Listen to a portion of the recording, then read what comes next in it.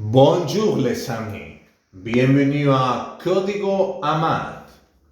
Dans cette vidéo, je vais parler de la deuxième partie de la pagination dans Amadeus.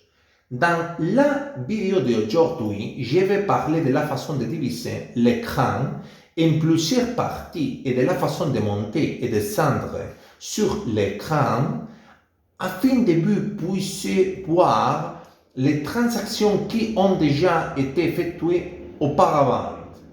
Sur la dernière page, vous pouvez voir plusieurs icônes et touches qui sont utilisées pour effacer les informations de l'écran et pour supprimer l'enregistrement des transactions effectuées. J'utiliserai cette page pour expliquer les modifications qui peuvent être apportées au fractionnement d'écran et aux anciennes archives des transactions. Je commence par la vidéo. Allons-y. Sur la première page,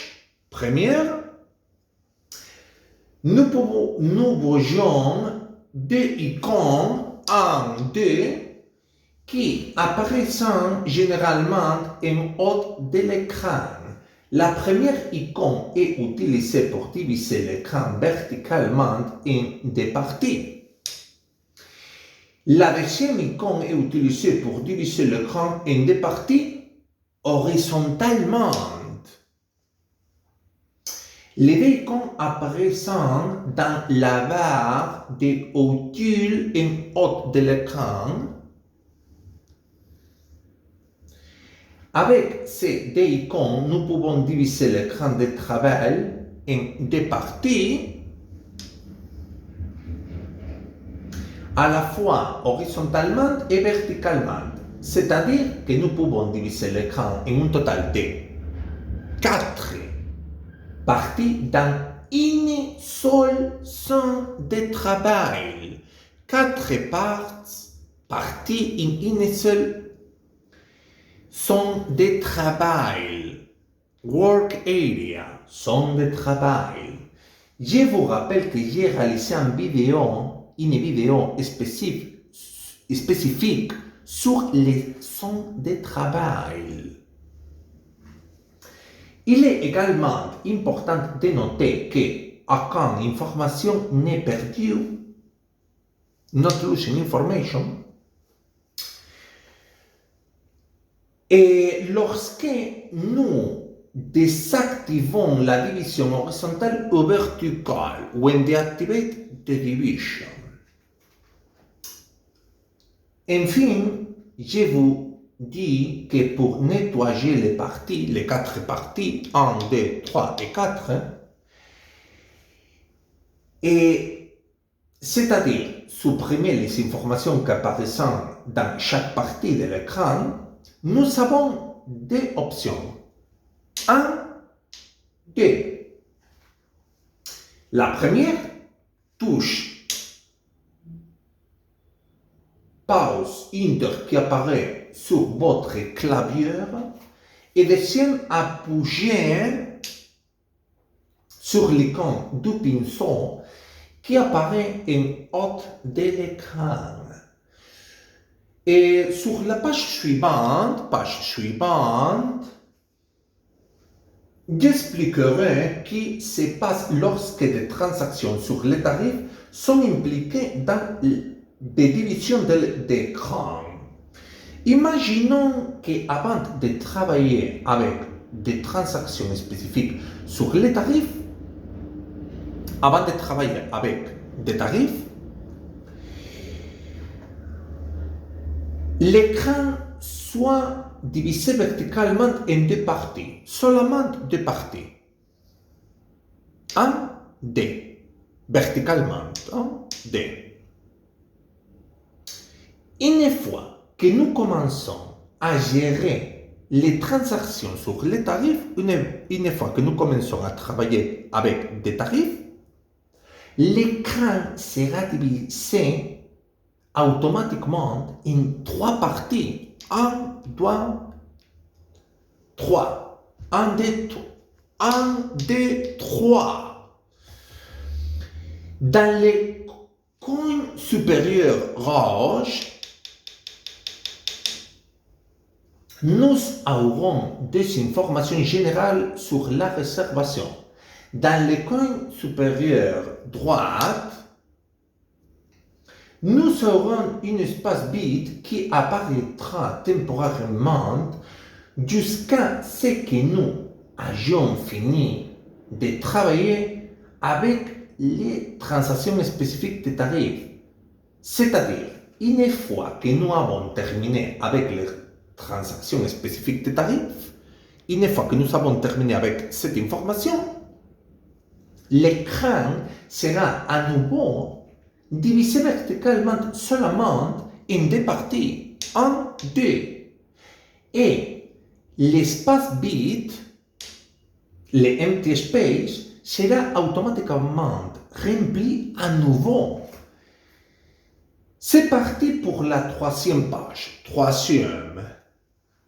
Sur cette page, je vais parler des possibilités offertes par l'effet des monteurs et descendre l'écran à l'aide de la souris,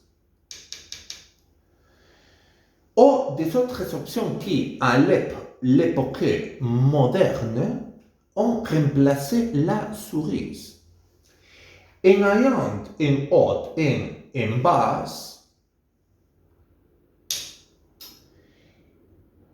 sur l'écran à l'aide de la souris, on peut voir les dernières transactions effectuées, les dernières options et les dernières transactions effectuées, to see last transactions. Le nombre minimum de transactions qui sont généralement affichées est 10. Le minimum est 10. Et le maximum 200. Les transactions minimales et maximales enregistrées peuvent être modifiées en faisant des ajustements. Can be modified using settings. Et pour nettoyer l'écran, pour nettoyer tout l'écran avec 10 de minimum ou 200 de maximum, nous avons également des options que j'ai parlé avant. 1 et 2. Pour supprimer l'archive des transactions que je viens d'expliquer, nous pouvons appuyer sur des touches de clavier en même temps. 1 et 2 en même temps. To delete the registry of transactions.